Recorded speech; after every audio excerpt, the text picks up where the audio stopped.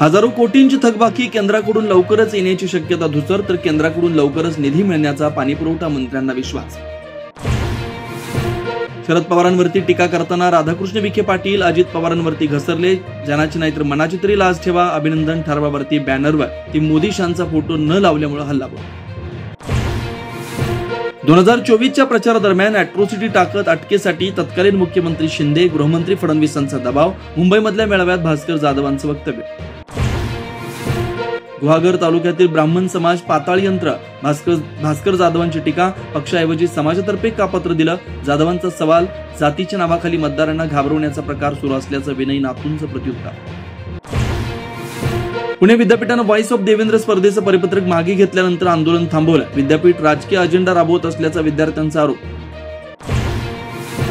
बीडच्या वैद्यनाथ सहकारी बँकेवरती पंकजा मुंडेंच्या गटाचं वर्चस्व कायम.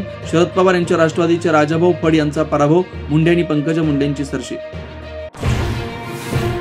दादरमधील कबूतरखाना आंदोलनाच्या 6 दिवसानंतर सुद्धा गुन्हा दाखल नाही, तर महानगरपालिकेच्या तक्रारीनंतर कारवाई करणार मुंबई पोलिसांचं स्पष्टीकरण.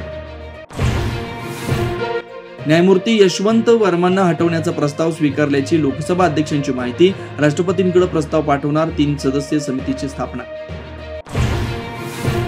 मिरज जंक्शनवर भंगार गोळा करणाऱ्या तरुणाचा निर्घुण खून. दारूच्या नशेत किरकोळ वादातून घडली घटना. अखेर पृथ्वीराज पाटलांनी सोडली काँग्रेसची साथ. भाजपा प्रवेश झाला फायनल.